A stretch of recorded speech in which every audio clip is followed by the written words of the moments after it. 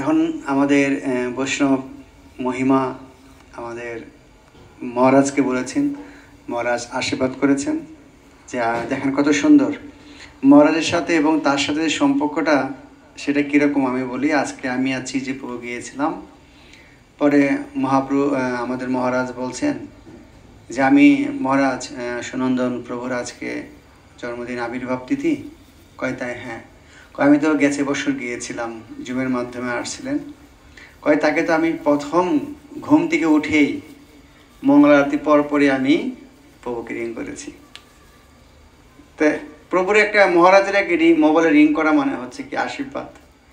আজকে আমার মনে হয় যে সুনন্দন প্রভুর হয়তো বাবা মা থাকলে প্রথমেই তাকে আশীর্বাদ মোবাইলের মাধ্যমে করতো, কিন্তু দেখা যাচ্ছে আজকে সেই আশীর্বাদ মহারাজের মাধ্যমে পেয়ে গেছে। আর মহারাজের একটা রিং থেকে আসা মানে হচ্ছে গুরু কৃষ্ণের সন্তুষ্ট, তার যে পরম্পরাটা সেই পরম্পরাটা তার মাধ্যমে যুক্ত হয়ে গেছে, সেটা তাকে স্মরণ করেছে। এই শুভ দিনে এই শুভ তিথিতে মহারাজের একটা মোবাইল থেকে রিং তাকে স্মরণ করেছে বলে তো মোবাইলটা হাতে নিয়ে তাকে রিং করেছে। এই যে সম্বন্ধটা, এই যে সম্পর্কটা, এটা আমাদের সবসময় প্রয়োজন। আমি দেখেছি যে আপনারা যখন ছোট ছিলেন, কোথাও বাবা মা সন্তানকে কোথাও পাঠিয়ে দিলে রাস্তায় বের হয়ে যতটুক চোখ গেত বাবা মা, বিশেষ করে মা, তাকিয়ে থাকতেন। যতক্ষণ দেখা যায় সন্তানের পিছনটা, মা তাকিয়ে থেকে সেই সন্তানের পিছনটা দেখতেন। ঠিক আমাদের প্রতিনিধি হচ্ছে আমাদের মহারাজ। আজকে মহারাজের সেই বাবা মার কাজ করছে, বাবা মার সেবা দিচ্ছে। আচ্ছা, সেই মহারাজের অতি ভালো, মহারাজের হৃদয়ের কাছের বিশ্বস্ত যেটা বলি আমরা এই কলিযুগে, যে বিশ্বাস যেটা হৃদয়ে যে বলা যায়, আমাদের মহারাজ এই সুনন্দন প্রভুকে এই মন্দিরের দায়িত্ব দিয়েছে।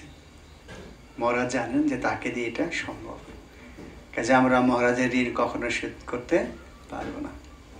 আর সেটা কিভাবে? সুনন্দন প্রভুর মাধ্যমে।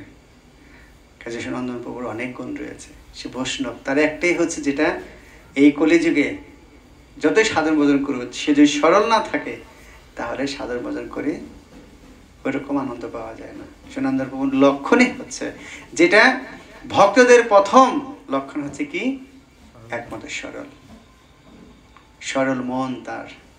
ভগবান বলছে যে আমি আমার ভক্তের মন নরম, আমি সেখানেই সবসময় থাকি।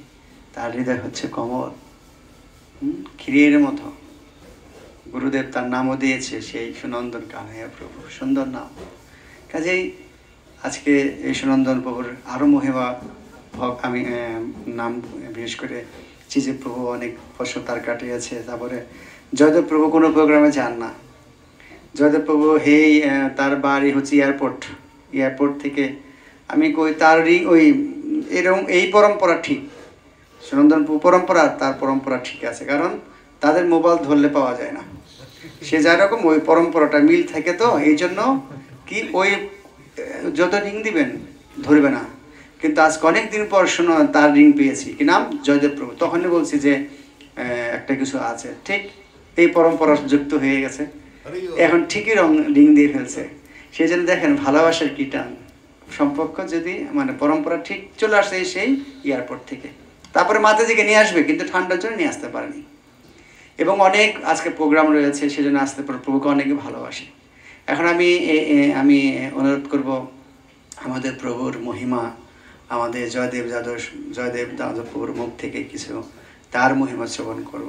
প্রভুর জন্য একটা হরিবল হয়ে যায়। হরে কৃষ্ণ। প্রভুকে একটা